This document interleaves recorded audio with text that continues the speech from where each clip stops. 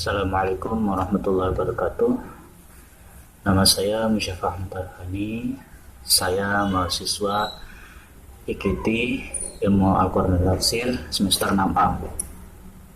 Saya mencoba untuk menjawab soal UTS yang diberikan oleh Bu Fatona K. Dawud, dan saya memilih soal nomor 1, yaitu apa pengertian dan apa perbedaan dari gender dan seks, dan apa bentuk-bentuk tidak adil gender yang terjadi di masyarakat.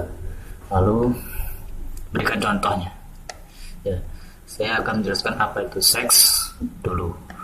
Baik, seks adalah suatu anugerah, suatu pemberian, suatu perbedaan antara laki-laki dan perempuan, dan itu disebabkan oleh faktor biologis.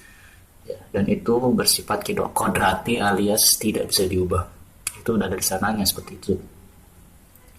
Kemudian saya akan menjelaskan apa itu gender. Belum. Saya belum menjelaskan apa perbedaan dari laki-laki dan perempuan. Kalau laki-laki itu mempunyai penis dan perempuan mempunyai vagina. Laki-laki mempunyai testis, wanita mempunyai rahim. Kemudian yang saya jelaskan dari gender. Apa itu gender? Gender adalah sifat yang dilekatkan pada laki-laki dan perempuan, yang semua itu diproses, terjadi, dibentuk, dikonstruksikan oleh sosial atau masyarakat, dan dikonstruksikan oleh kultural, dari budayanya.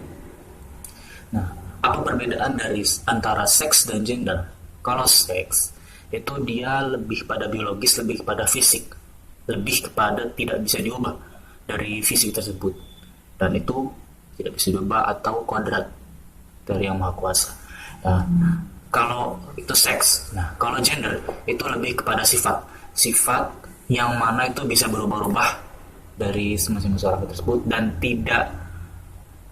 dan itu semua disebabkan oleh masyarakat yang mana membuat suatu sifat kepada laki-laki bahwasanya dia itu seperti ini, dan perempuan itu seperti ini. Laki-laki itu pemberani, perempuan itu penakut, misal, atau bahkan kebalikannya, laki-laki penakut, perempuan itu pemberani.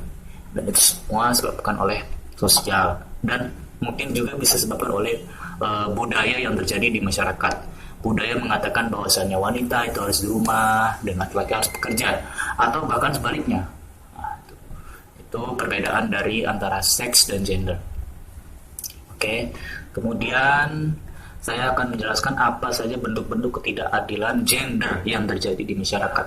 Ketidakadilan gender ini dicetuskan karena ada beberapa yang mana itu keberatan atas yang sudah terjadi di masyarakat, bahwasanya wanita harus seperti ini, dan itu merupakan inti dari pelajaran feminisme, yaitu keadilan. Intinya adalah keadilan. Kalau semua itu adil, maka mungkin sudah tidak ada pelajaran ini.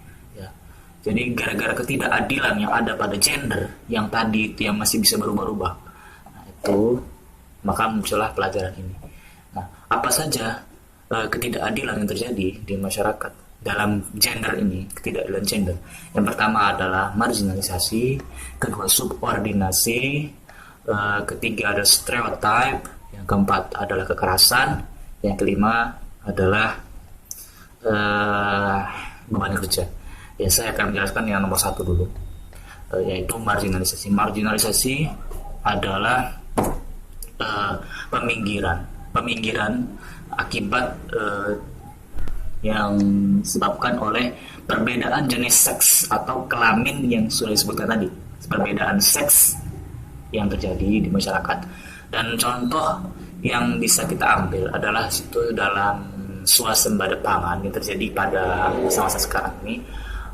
Bahkan mungkin belum diubah undang-undangnya, bahwasanya swasembada pangan itu lebih condong perlakuannya kepada yang di undang-undang itu lebih condong kepada laki-laki, ya, bahwasanya dalam pertanian itu itu lebih kepada menguntungkan laki-laki dan merugikan pihak perempuan. Dan kemudian revolusi hijau yang terjadi di masyarakat, petani juga sama,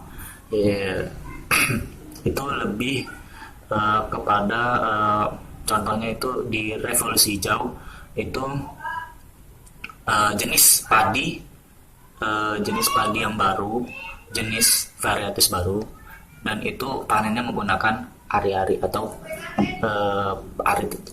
Dan itu tugasnya itu lebih kepada laki-laki lagi. Kemudian pekerjaan yang lebih kepada perempuan, yaitu contohnya perawat, kemudian sekretaris, kemudian guru TK, itu semua adalah contoh-contohnya swasembada pangan hijau, revolusi hijau. Kemudian pekerjaan yang lebih kepada wanita itu adalah jenis-jenis dari marginalisasi. Kemudian yang kedua saya akan menjelaskan tentang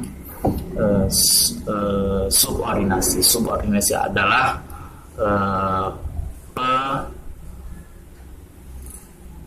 pelemahan dari salah satu dari melemahkan, meremehkan dari salah satu jenis dari kelamin tersebut. Dan pada umumnya subordinasi ini lebih kepada wanita. Subordinasi. Nah, contohnya yaitu wanita itu lebih ke emosional, lebih emosi, lebih suka emosi dan berbagai sifat-sifat lain, yaitu itu gak mesti itu terjadi pada wanita. Itu subordinasi. Contohnya lagi seperti halnya di Jawa. Di Jawa itu perempuan itu lebih untuk bekerja di rumah, padahal gak mesti seperti itu ya. Dan laki-laki itu bekerja di luar rumah atau bekerja untuk mencari nafkah di luar rumah. Nah, itu disebut sebagai subordinasi, ketidakadilan dalam melemahkan salah satu dari dua jenis seks ya, seks atau jenis kelamin. Kemudian yang ketiga adalah stereotip. Stereotip adalah pelabelan.